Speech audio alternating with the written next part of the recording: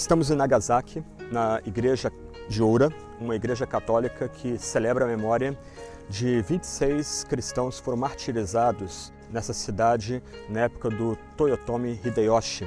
Essa igreja foi construída em 1864 por dois padres, Louis Furet e Bernard Petitjean, que chegaram a essa cidade aqui quando o Japão se abriu para receber de novo cidadãos de potências estrangeiras. Essa igreja teve sua primeira liturgia realizada em 17 de março de 1865. E quando os párocos abriram as portas da igreja, tiveram uma grande surpresa. Vários japoneses esperando fora da igreja para entrar dentro da igreja. Isso no século XIX.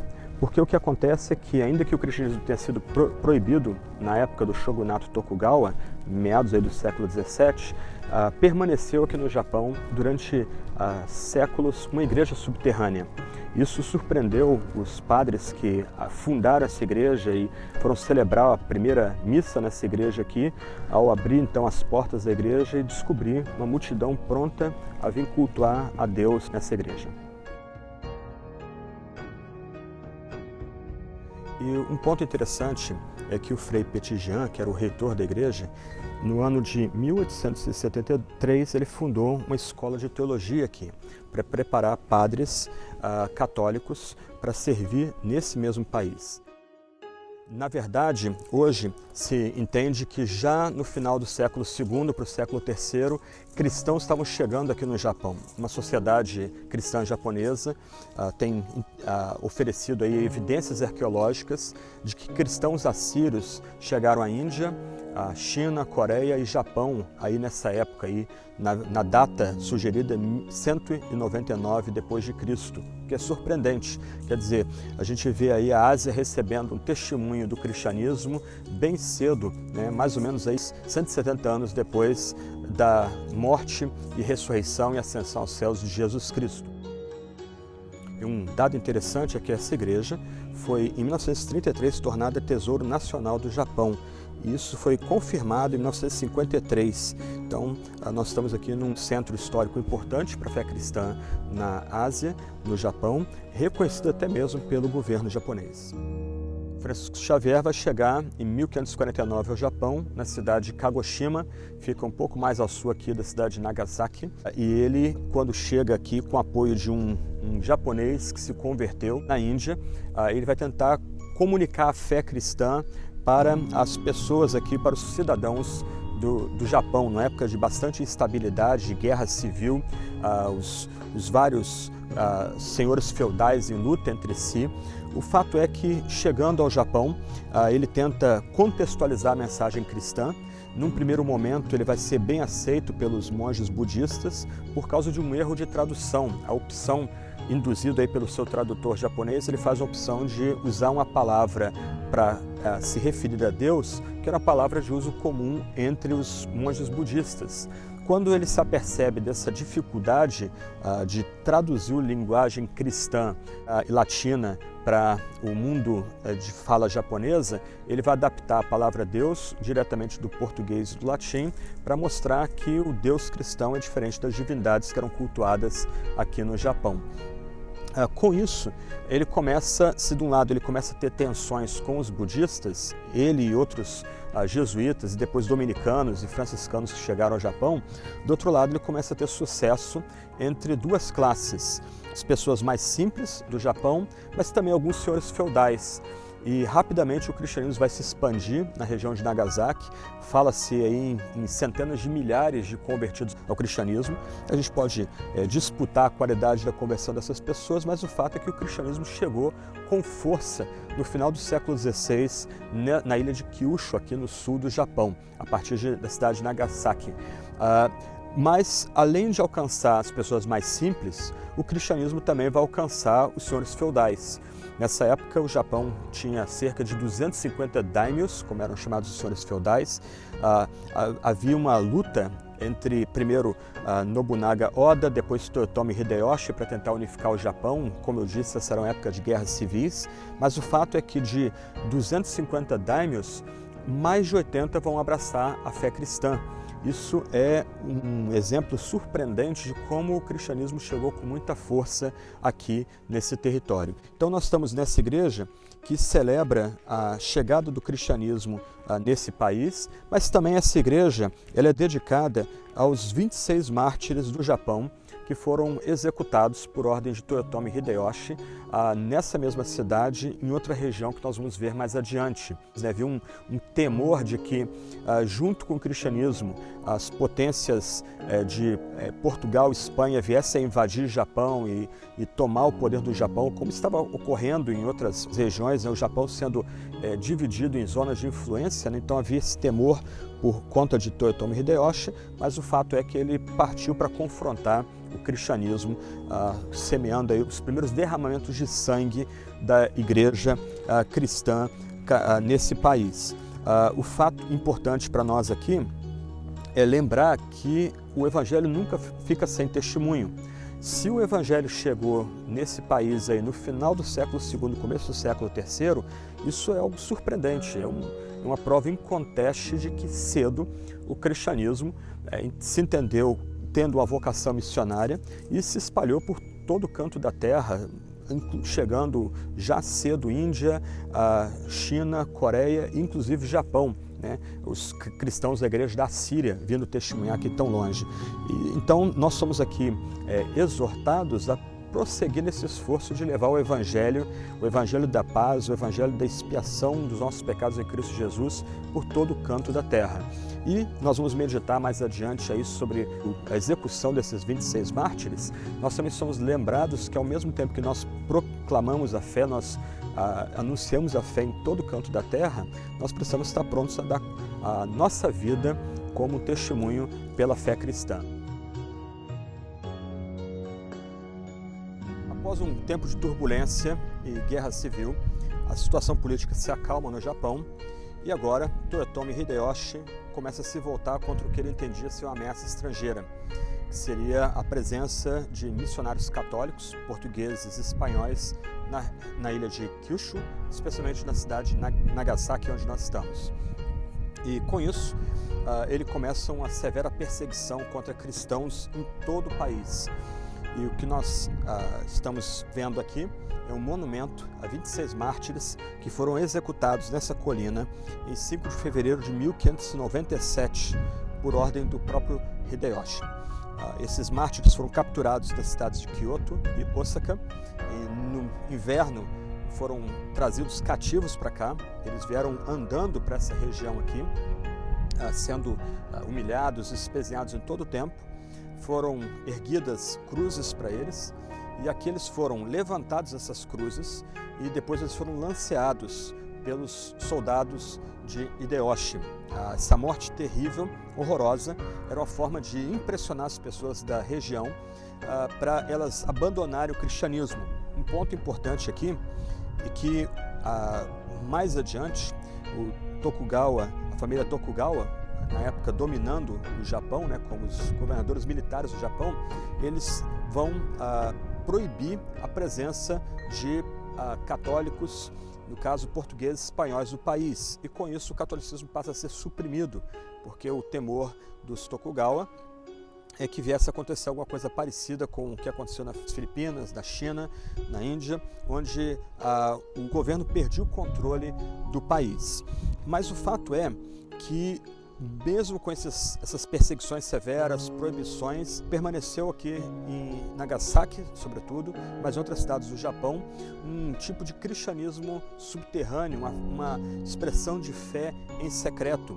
Então é curioso que até hoje aqui em Nagasaki há uma data especial, onde as pessoas colocam na rua, abrem suas portas, suas casas, para os transeuntes poderem vê-las, e eles colocam na rua seus principais utensílios, que é uma reminiscência da época em que os soldados do Shogun batiam de casa em casa para descobrir se haviam cristãos escondidos ainda praticando sua fé aqui nessa cidade e também na região. O que eles queriam era procurar utensílios como crucifixos, rosários, algum tipo de altar, estátuas de Maria, dessa forma prendendo aquela pessoa porque ela estava violando a ordem do shogunato Tokugawa.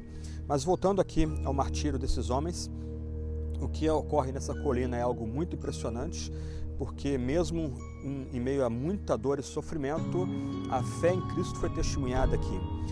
Alguns dos mártires eram crianças e conta-se, no caso aqui, o missionário português Luís Frois, que vai descrever a história desses mártires no livro chamado Relação do Martírio, dos 26 cristãos crucificados em Nagasaki em fevereiro de 1597, é o título do livro dele. Então, ele é um dos que contam que quando esses homens cristãos aqui vão chegando nessa colina, alguns deles já vão começando a ser amarrados, levantados nas cruzes. Ele conta que uma das crianças que acompanhava a cena também foi preso e trazido dessa colina. Ele vai perguntar: qual dessas cruzes é a minha? E ele já se dirige a uma das cruzes para ser amarrado também junto com os outros colegas para sofrer essa morte horrorosa. Esses homens acabaram pagando o preço mais elevado pelo testemunho da sua fé em Cristo Jesus. Um detalhe muito comovente desse memorial tão tocante é a forma como é representado aqui a história desses homens que deram sua vida pela fé cristã. Você deve notar que eles não são representados como crucificados, eles são representados como que já tendo a visão da glória de Deus. As cruzes são representadas abaixo, elas são representadas vazias, não há nenhum deles pendurado na cruz.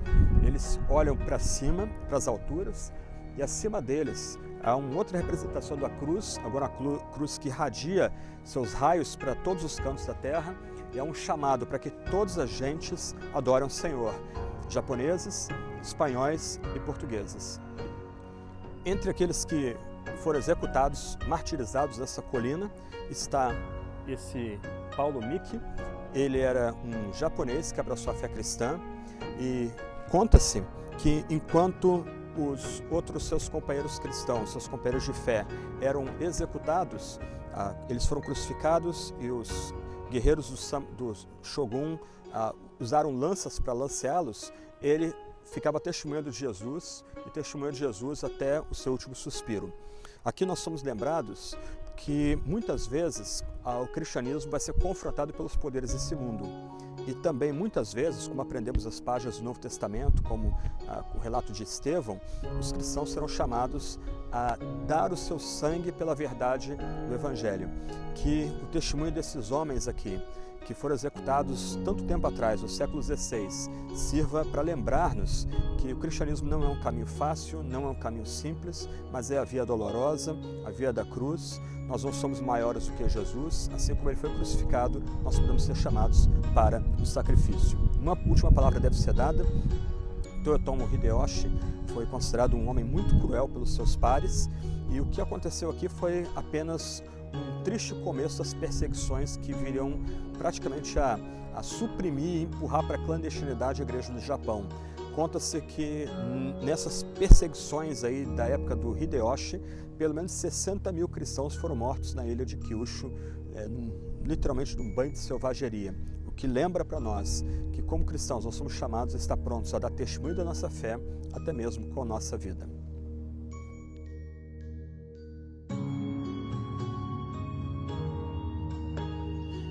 Estamos na Praça Shiroota, em Osaka, no Japão, e temos atrás de nós a estátua de um samurai cristão chamado Takayama Ukon. Ele nasceu em 4 de fevereiro de 1552, o seu pai era um senhor feudal, nessa época já era cristão. Ele foi batizado aos 12 anos. Desde cedo, Ukon, e junto com sua família, a família Takayama, esteve envolvida nos embates das várias guerras civis que aconteciam no Japão nessa época. Algumas vezes seu clã era vitorioso, outras vezes seu clã foi derrotado em batalha, inclusive perdendo o castelo, mas em algum momento ele se une a um generalíssimo chamado Tobunaga Oda.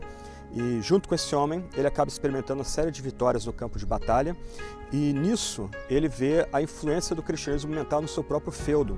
Conta-se que nessa época, mais ou menos 20 mil pessoas se converteram, abraçaram a fé cristã por conta do testemunho de Takayama Ukon.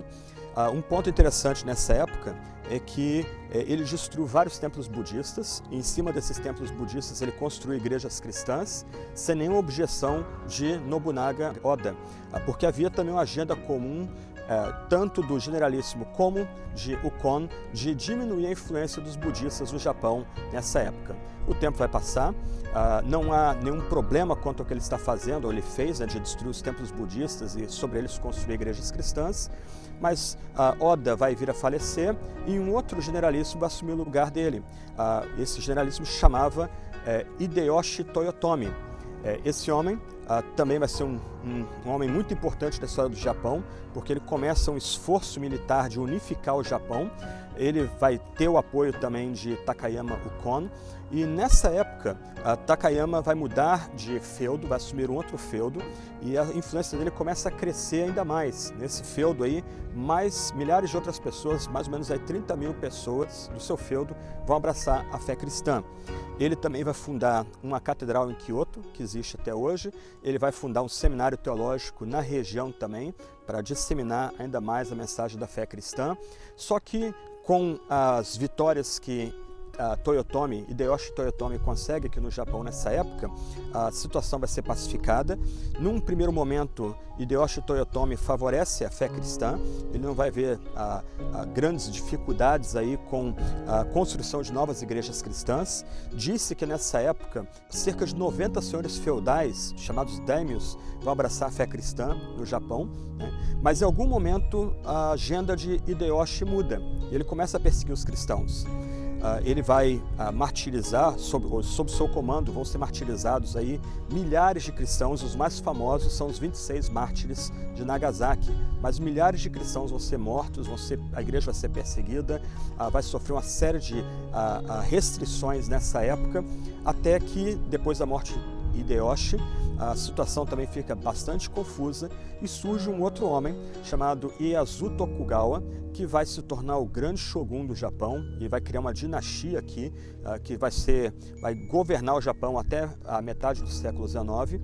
E se num primeiro momento Takayama Ukon, na época de Hideyoshi, ele perde suas terras, ele vai ter que viver sob a tutela de outros senhores feudais, mas ele não é tocado, porque havia-se um respeito muito grande pelo caráter desse homem, né? Do outro lado, na época de Tokugawa, vão recrudescer de novo as tensões entre o governo militar japonês, do shogun, e os cristãos. Vai haver uma rebelião imensa no sul do Japão, aí, a rebelião vai ser esmagada e os cristãos vão ser proibidos, banidos do Japão. Os padres portugueses, por mais que aqui andavam, eles acabam sendo proibidos de pisar o território japonês. Os holandeses reformados vão ser privilegiados nessa mudança da balança política e religiosa no Japão, mas com isso o cristianismo, o ramo católico, né, do cristianismo acaba sendo suprimido no Japão. O Takayama Ukon era muito respeitado. Um padre português, Luís de Frois, que conheceu Ukon pessoalmente, vai escrever a respeito dele. Ukon, Senhor do Castelo, merece verdadeiramente esse nome. Ele era cognominado também o Justo. Apesar de ser um poderoso senhor, um jovem homem de 28 anos e um dos distintos oficiais de Nobunaga, mostra obediência e humildade para com os padres da igreja. Parece mais um servo que um senhor. Ele observa fielmente as leis de Deus para a maravilha dos infiéis. Esse é um testemunho que é dado por um pároco católico português dessa época quanto ao caráter de Takayama Ukon. Mas com a mudança da política do shogunato, com relação aos portugueses, sobretudo, mas também espanhóis e aos católicos, a situação de Takayama Ukon fica complicada aqui no Japão. Se de um lado ele era admirado pelo seu caráter e sua conduta, ele estava pronto, por exemplo, a não queimar incensos por amor à fé, mesmo quando acompanhando esses generais como Nobunaga, Oda, ele dizia que isso era contrário à religião dele, né? Do outro lado, ele acaba criando um problema, porque ele é um nobre muito reconhecido no país, plantador de igrejas, fundador de seminários, responsável pela adesão de milhares à fé cristã, mas, do outro lado, com caráter reconhecido. Então, Tokugawa lhe dá uma opção, ser banido do império. E com isso, já em avançada idade, já na casa dos 60 anos, o nosso Takayama Ukon, esse samurai cristão, um senhor feudal cristão, ele abandona o Japão e se dirige para as Filipinas, para Manila. Ele, ao chegar lá depois de uma longa travessia, muito complicada a travessia pelo mar para chegar lá, tempestades. Ele vai ser recebido como herói da fé cristã e ele vai ser instado junto com os católicos que o recebem, portugueses, espanhóis, a criar um exército para invadir a ilha de Kyushu e retomar esses territórios, os territórios que originalmente eram de senhores feudais cristãos, para a fé cristã, para que haja um espaço ali de liberdade para a prática da fé cristã. Takayama Ukon era um cristão, ele é reconhecido como samurai cristão.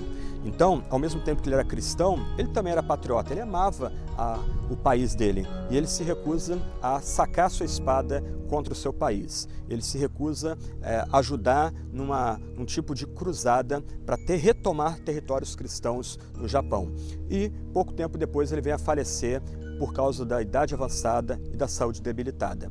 A mensagem que a gente pode destacar aqui da vida de Takayama Ukon é que mesmo um país como o Japão, um país tão bonito, tanto espaço aqui de produção de riqueza, de conforto, etc. e tal, que também é carente do Evangelho, já tem produzido, ou produziu no passado, grandes cristãos, cristãos comprometidos com a fé cristã, cristãos comprometidos com espalhar a mensagem de Cristo, com a fundação de igrejas, com a fundação de centros de treinamento. Em outras palavras, a gente pode se mirar nesse homem, Takayama Ukon, e se aventurar a fazer grandes coisas para Cristo, como ele também fez.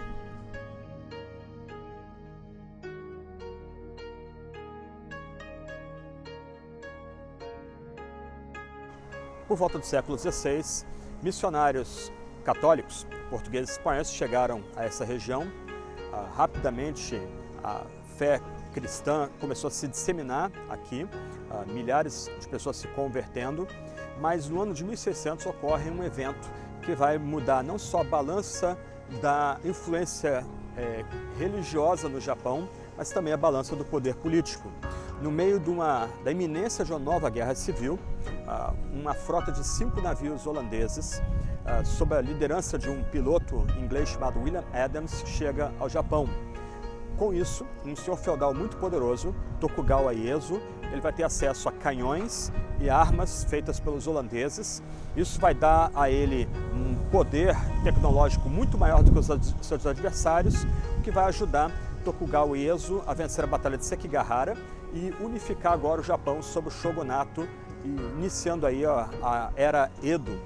Mas com a vinda desses holandeses e desse piloto inglês, William Adams, uma influência reformada começa a chegar no Japão também. Um detalhe interessante é que William Adams vai se tornar um grande conselheiro de Tokugawa Ieyasu e ele vai ser considerado o primeiro samurai estrangeiro do Japão. Ele se tornou muito influente aqui no Japão, há estátuas celebrando esse samurai em vários pontos do Japão. Ele se tornou intérprete oficial do Tokugawa Ieyasu, desbancando inclusive a influência dos jesuítas, mas o fato é que as tensões de perseguição que ocorreram na época de Toyotomi Hideyoshi vão chegar a um clímax em meados de 1636, 1637, com a revolta de Shimabara, um feudo a cerca de 1h30 aqui da cidade de Nagasaki. Nessa revolta, os católicos, muito maltratados pelo senhor feudal da região, vão tomar o castelo de Ara e vão fazer uma rebelião contra o neto de Tokugawa Ieyasu. Essa rebelião vai ser bem sangrenta. O Shogun Tokugawa vai ter que convocar quase 140 mil soldados para enfrentar essa rebelião. A rebelião só é vencida porque um dos revoltosos católicos ele foge do castelo, entrega as defesas do castelo para o Shogun Tokugawa e com isso a rebelião é suprimida. O líder da rebelião, um jovem de 17 anos chamado Amakusa Shiro, ele vai ser capturado e vai ser degolado.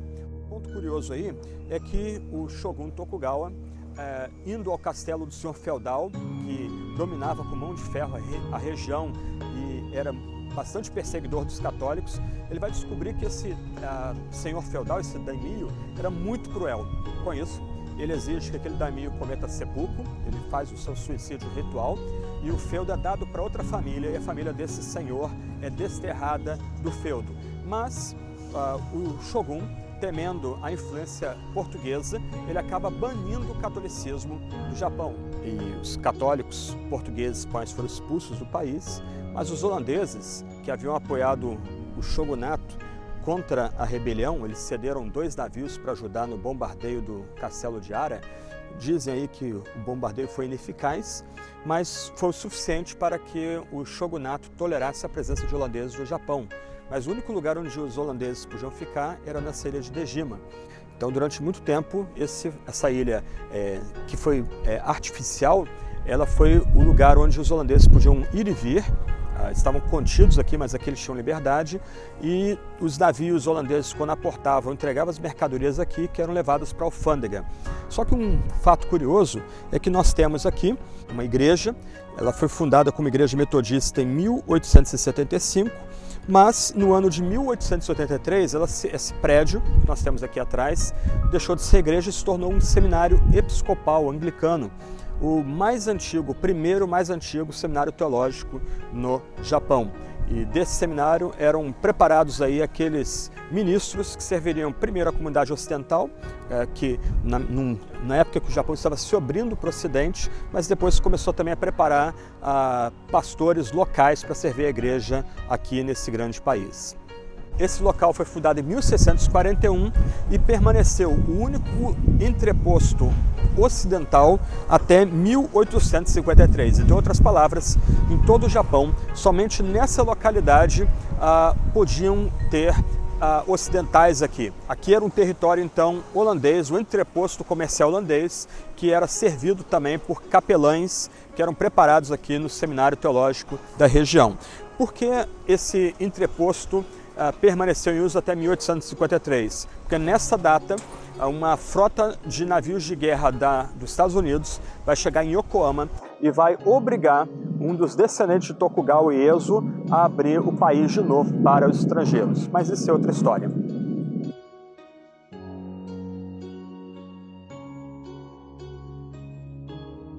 Estamos no encoraçado Mikasa, na cidade de Yokozuka, que fica perto de Yokohama e Tóquio. Esse encoraçado foi a nau capitânia do almirante Togo na Batalha de Tsushima, que ocorreu em 1905. Pela primeira vez na história, uma nação ocidental, no caso o Império Russo, foi vencido por uma nação asiática, uma nação não ocidental. A marinha japonesa esmagou completamente a frota russa nessa batalha famosíssima. Dos 39 navios russos, só 3 sobreviveram à batalha, enquanto os japoneses perderam 3 barcos pequenos por conta das ondas e das tempestades do mar. O que mudou desde do século XVII para o começo do século XX, tornando uma nação que era virtualmente isolada do Ocidente, se fechou para o Ocidente por ordem do shogunato Tokugawa, para uma potência agora que espanta todo mundo com a vitória impressionante em alto mar. Em 1853, na cidade de Yokohama, aqui perto, surgiram 3 navios da Marinha de Guerra Americana, comandados pelo Comandoro Perry, Matthew Perry, e ele obrigou o Japão a abrir suas fronteiras e voltar a se relacionar com o Ocidente. A partir disso, o Japão se modernizou, houve um salto de tecnologia no Japão. Linhas de ferro, telégrafos sendo trazidos para cá, novas descobertas medicinais e o exército sendo moldado aí por conselheiros vindos da França e dos Estados Unidos, e a marinha sendo fundada com a tutoria da marinha inglesa. O Japão então dá um salto aí de um isolamento, talvez a nação mais fechada no mundo, para uma superpotência no começo do século XX. Mas um ponto importante aqui é que essa abertura que ocorre em 1853 vai gerar uma série de mudanças políticas aqui no país.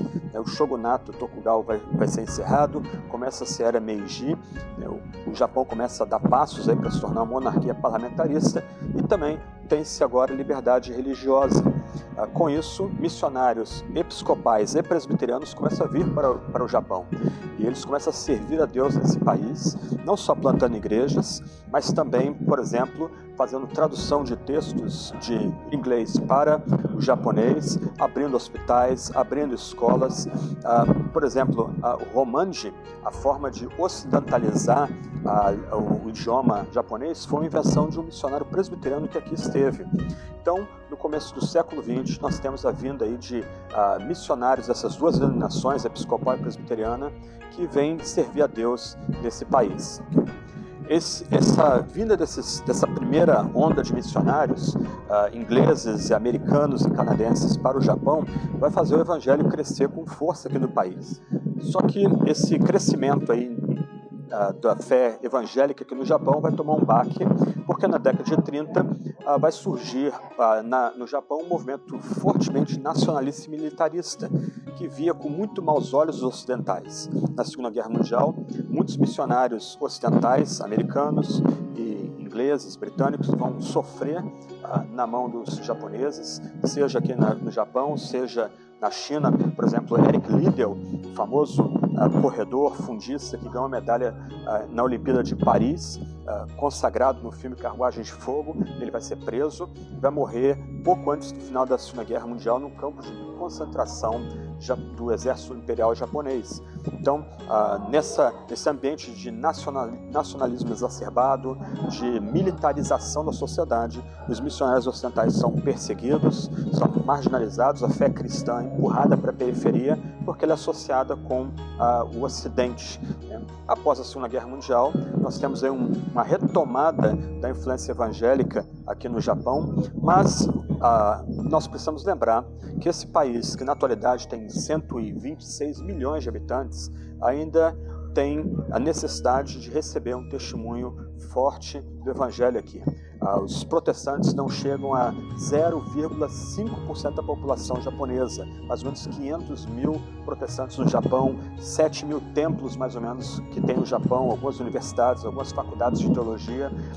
O Japão é um país muito rico, uma sociedade bem enraizada na tradição, há completa liberdade para a pregação do Evangelho, não há nenhum cerceamento para a pregação do Evangelho no Japão, mas o Japão ainda permanece como um grande campo missionário carente do amor de Jesus Cristo, da mensagem expiatória, propiciatória de Jesus Cristo, que apaga todos os nossos pecados. O encoraçado Mikasa representa muito do espírito japonês, um senso de coletividade, uma noção de propósito, destino, inventividade, coragem. O Japão é uma das nações com maior índice de liberdade de expressão no mundo, mas ainda carente do Evangelho de Jesus Cristo. Que Deus levante homens e mulheres que venham não só a dominar o idioma japonês, mas venham a amar o país, amar a cultura e servir a esse povo a partir de Jesus Cristo. Que essas pessoas que Deus levante para vir para cá, eles sejam usados para colocar diante do povo japonês a mensagem conquistadora de Jesus Cristo, o único Salvador, o único que pode vir a perdoar pecados. Na época do shogunato Tokugawa, o cristianismo foi proibido no Japão. No século XIX, quando os ocidentais, ingleses, americanos, holandeses, portugueses, espanhóis e outros tiveram a liberdade de voltar ao Japão, um padre chamado Bernard Petitjean, que construiu a Catedral de Ora, aqui na cidade de Nagasaki, ele se surpreendeu a descobrir que quase todos os moradores da região de Urakami eram cristãos. Eles permaneceram cristãos escondidos durante quase 200 anos de perseguição do shogunato aqui no Japão. Ele construiu essa catedral, que vocês podem ver aí no vídeo. Ela foi construída no final do século XIX, nesse bairro aqui chamado Urakami, para lembrar dos cristãos perseguidos e que viveram como uma igreja subterrânea aqui na região, como cristãos secretos. Mas essa igreja aqui, que ela foi completada em 1925 e que até a sua demolição, a sua destruição em 1945 foi a maior igreja, o maior templo em toda a Ásia, ela tem uma história triste e curiosa. Ao final da guerra, os americanos já tinham lançado uma bomba atômica em Hiroshima e o governo japonês, relutando ainda em aceitar a rendição incondicional, os americanos resolvem lançar uma segunda bomba atômica. E uma missão decola de Tinian, uma ilha no Pacífico que era território japonês e foi conquistado pelos americanos, e haviam duas cidades como alvo. Se a primeira cidade estivesse encoberta, a missão deveria prosseguir para a segunda cidade e lançar sua bomba atômica sobre a mesma. Até então, Nagasaki não havia sofrido grandes ataques ainda por conta dos bombardeios americanos, os famosos infames B-29.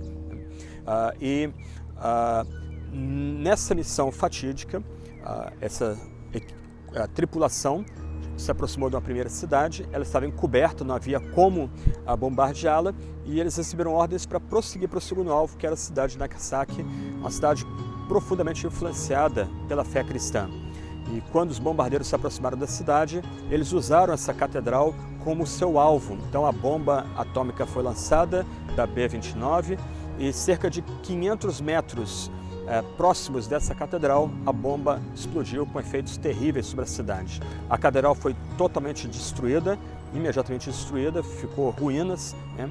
E tempos depois ela foi reconstruída como também um memorial pela paz para a tragédia que aconteceu aqui em Nagasaki com esse ataque atômico.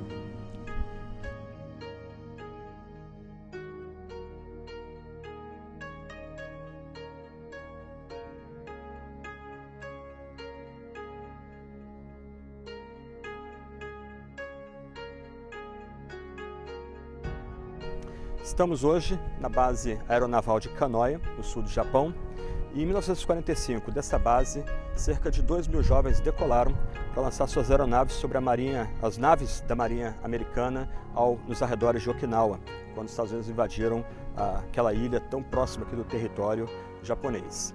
Como as Forças Armadas do Japão chegaram a esse ponto de sacrificar os melhores jovens, aí na faixa de 17, 18, 19 anos, em ataques simplesmente para prorrogar uma derrota que era inevitável.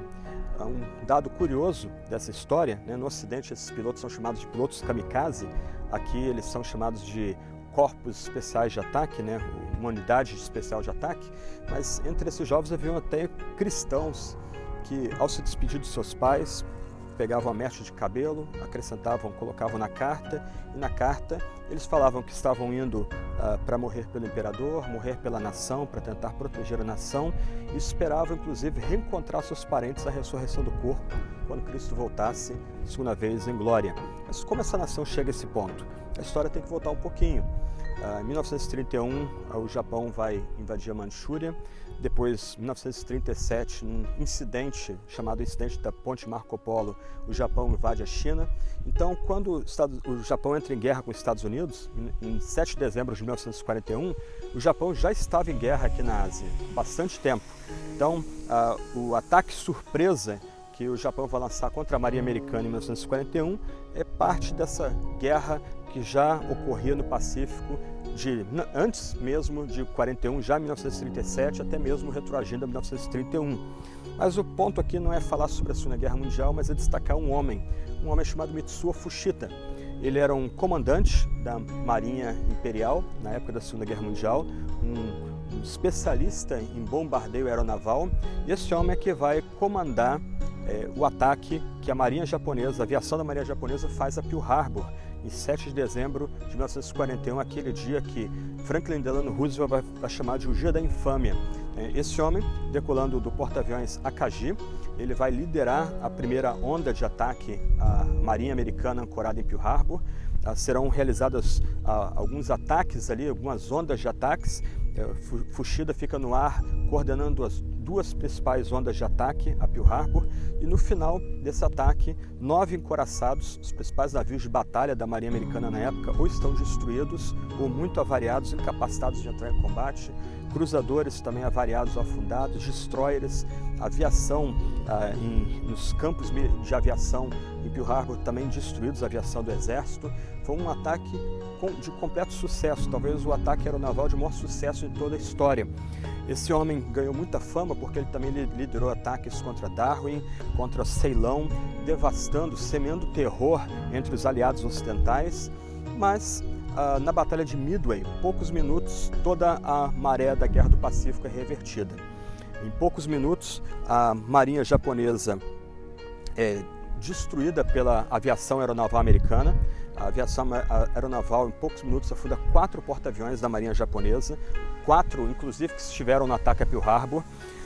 E Mitsuo Fuchida que já estava com um problema de saúde, mas estava embarcado no porta-aviões Akagi, a nau capitânia da Marinha Imperial Japonesa. Ele acaba sobrevivendo à Batalha de Midway, muito ferido, mas ele sobrevive à Batalha de Midway. Ele consegue ser retirado do porta-aviões e levado de novo para o Japão. Ele nunca mais vai ter oportunidade de comandar dos ares aeronaves de bombardeio da Marinha Japonesa. Ele vai agora servir em postos de quartel-general, mas ele continua uma peça importante na engrenagem militar aeronaval, como teórico aeronaval da Marinha Japonesa. Curiosamente, ele estará em Hiroshima um dia antes do lançamento da bomba atômica sobre aquela cidade. Ele recebe um telefonema, ele está lá naquela cidade ali no quartel-general do 2º Exército Geral para resolver algumas questões ligadas à defesa do território sul do Japão frente a uma possível invasão norte-americana. Ele é chamado ao telefone e ele é convocado a imediatamente ir para Tóquio. E ele se retira da reunião, vai a Tóquio para no dia seguinte voltar para Hiroshima. Antes de ele pegar o trem para voltar para Hiroshima, a cidade bombardeada com efeitos devastadores. Ao final da guerra, Mitsuo Fuchida fica muito amargurado e, para aumentar a infâmia, ele é chamado como uma testemunha para servir como testemunha de acusação nos julgamentos que ocorrem em Tóquio contra os criminosos de guerra japoneses. E ele fica muito chateado com isso e ele acha que esse tribunal é uma ação de vingança contra o Japão e ele resolve pesquisar para começar a documentar crimes de guerra americanos para levar esses crimes de guerra para o tribunal. E ele vai, num certo dia, no ano de 1947, ele descobre que vai chegar alguns navios num porto próximo a Tóquio com homens do exército da Marinha Japonesa foram prisioneiros de guerra das Forças Armadas Americanas.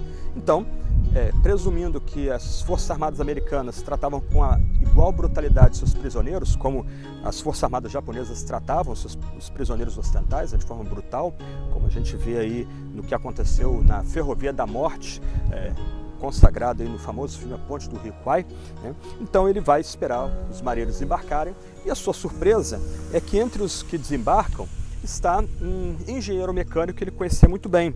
E ele tenta conversar com aquele homem e tenta ouvir como aquele homem foi tratado quando prisioneiro de guerra. O que ele ouve é que aquele homem foi muito bem tratado com muito respeito. E o mais surpreendente, esse engenheiro de voo chamado Kazuo Kanegasaki vai dizer que ele foi cuidado por uma mulher chamada Peggy Covell.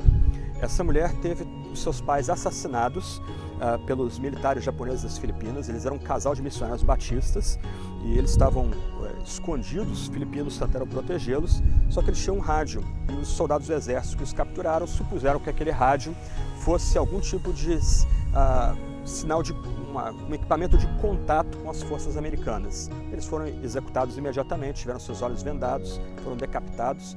Os filipinos depois testemunharam que esse casal morreu com orações nos lábios. E essa mulher, que antes era muito amargurada, ao ouvir isso, ela resolveu se voluntariar para servir esses prisioneiros japoneses. E ela cuidou com muito carinho e respeito dos prisioneiros japoneses. Isso foi um choque para Mitsuo Fuchida. Mais adiante ele vai conhecer essa mulher, Peggy Covell, mas isso foi um choque para ele, porque, segundo as regras do Bushido, um militar que se renda no campo de batalha, ainda havendo possibilidade de continuar a luta, ele perdeu completamente sua honra, ele deixa de ser alguém digno. Então, ele, com essas crises todas, agora que ele está vivendo essa situação que as noções dele de vingança são questionadas agora, né? Ele, em 1948, andando no famoso bairro de Shibuya, perto da estátua do cão Hachiko, que é muito famosa, ele encontra um lixinho no chão. E, como bom japonês, ele vai pegar aquele lixo para jogar fora. E ao pegar aquele papel embolado ali, ele descobre que é um folheto evangelístico escrito por um norte-americano chamado Jacob de Schizar. Esse homem era um oficial, um mecânico de voo de um dos aviões B-25 que bombardearam Tóquio e Yokohama em 1942. O avião dele foi abatido na China e ele acabou sendo preso e acabou indo para um campo de detenção japonês, foi muito maltratado, mas ele escreve esse folheto evangelístico em japonês. Mitsuo Fuchida pega aquele documento, aquele folheto, e lê, e ele fica profundamente comovido com a leitura daquele folheto. E ele resolve adquirir uma Bíblia e ler a Bíblia toda. e ele leu a Bíblia toda de ponta a ponta e no processo ele se converte à fé. E ele começa agora a procurar outros cristãos que possam orientá-lo na fé. Para resumir a história, Mitsu Fuchida é um testemunho de um homem que esteve em Pearl Harbor, mas agora estava diante da cruz de Cristo, da cruz do Cristo sofredor que perdoa os nossos pecados, nos redime e nos coloca num novo caminho. Mitsu Fuchida vai buscar uma boa educação teológica, vai se tornar um evangelista ligado à igreja presbiteriana. Curiosamente, ele vai ter, por assim dizer, mais sucesso na América do que no próprio Japão. Na América, por exemplo, R. Truman, o presidente americano do final da guerra, que ordenou os ataques atômicos a Hiroshima e Nagasaki, vai ouvi-lo, ele quer ouvir Mitsu Fuchida pregar o evangelho. Ele vai conhecer essa jovem senhora, a Peggy Covell, que tratou do seu antigo engenheiro de voo, e ele vai ter um contato com ela para transmitir a ela como foi significativo ouvir de outra pessoa o testemunho de perdão dessa mulher, dela perdoar os algozes, né, dos pais missionários dela que serviu nas Filipinas. Mitsu Fuchida vai pregar juntamente com Billy Graham, tem fotos de ambos juntos, né, Fuchida pregando em conferências evangelísticas junto com Billy Graham. Ele funda uma associação missionária com outros ex-militares norte-americanos que também eram cristãos para disseminar a mensagem da cruz de Cristo para todos. Em outras palavras, essa nação, Japão, que tem uma relação tão conturbada com o cristianismo, também nos legou um grande evangelista, um grande pregador do evangelho chamado Mitsu Fuchida. Ele escreveu um livro que foi muito importante descrevendo a Batalha de Midway, mas a gente reconhece a importância dele maior por sua autobiografia, de Pearl Harbor à Cruz do Calvário, onde ele não só conta a sua história como militar, mas sobretudo conta como o testemunho de um amigo que foi amparado por uma missionária cristã e como descobriu um folheto jogado ao chão, escrito por um ex-prisioneiro militar americano, mudou a sua vida. Que o testemunho de Fuchida impacte a todos nós e nos suscite amor pelo Japão, não só para orarmos pelos cristãos que estão no Japão, mas também, quem sabe, para nós virmos pregar o Evangelho para esse povo tão especial, uma nação tão especial, tão rica de história e cultura.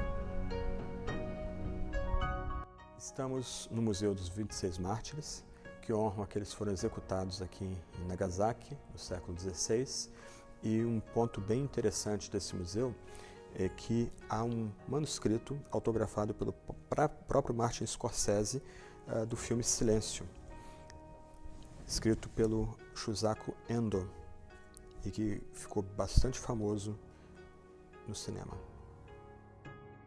No museu que honra os 26 mártires de Nagasaki, nós temos aqui uma exibição especial, onde nós podemos ver um fumiya usado no filme Silêncio.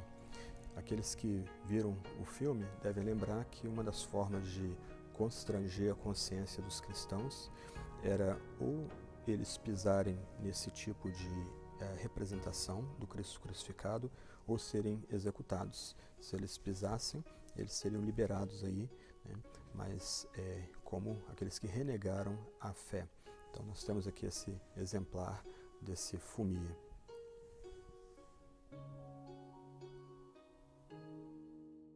Um dos momentos definidores para o futuro do cristianismo no Japão foi a chamada Rebelião de Shimabara. Ela foi liderada por um adolescente de 16, 17 anos chamado Amakusa Shiro. Essa rebelião se deu por causa dos maus tratos que as pessoas que viviam no feudo recebiam do daimyo local, e eles se rebelaram, tomaram um castelo em Hara e se barricaram nesse castelo, e o Shogun Tokugawa, o neto do famoso Ieyasu, ele tem que convocar um exército imenso para suprimir essa rebelião. Ao fim da rebelião, os cristãos são esmagados, o Shiro é executado, e com isso os portugueses e espanhóis são banidos do Japão e o cristianismo é formalmente proibido aqui. Então aqui você tem um quadro relembrando esse momento triste e aqui munições empregadas na batalha que aconteceu no castelo de Hara entre 1637 e 38.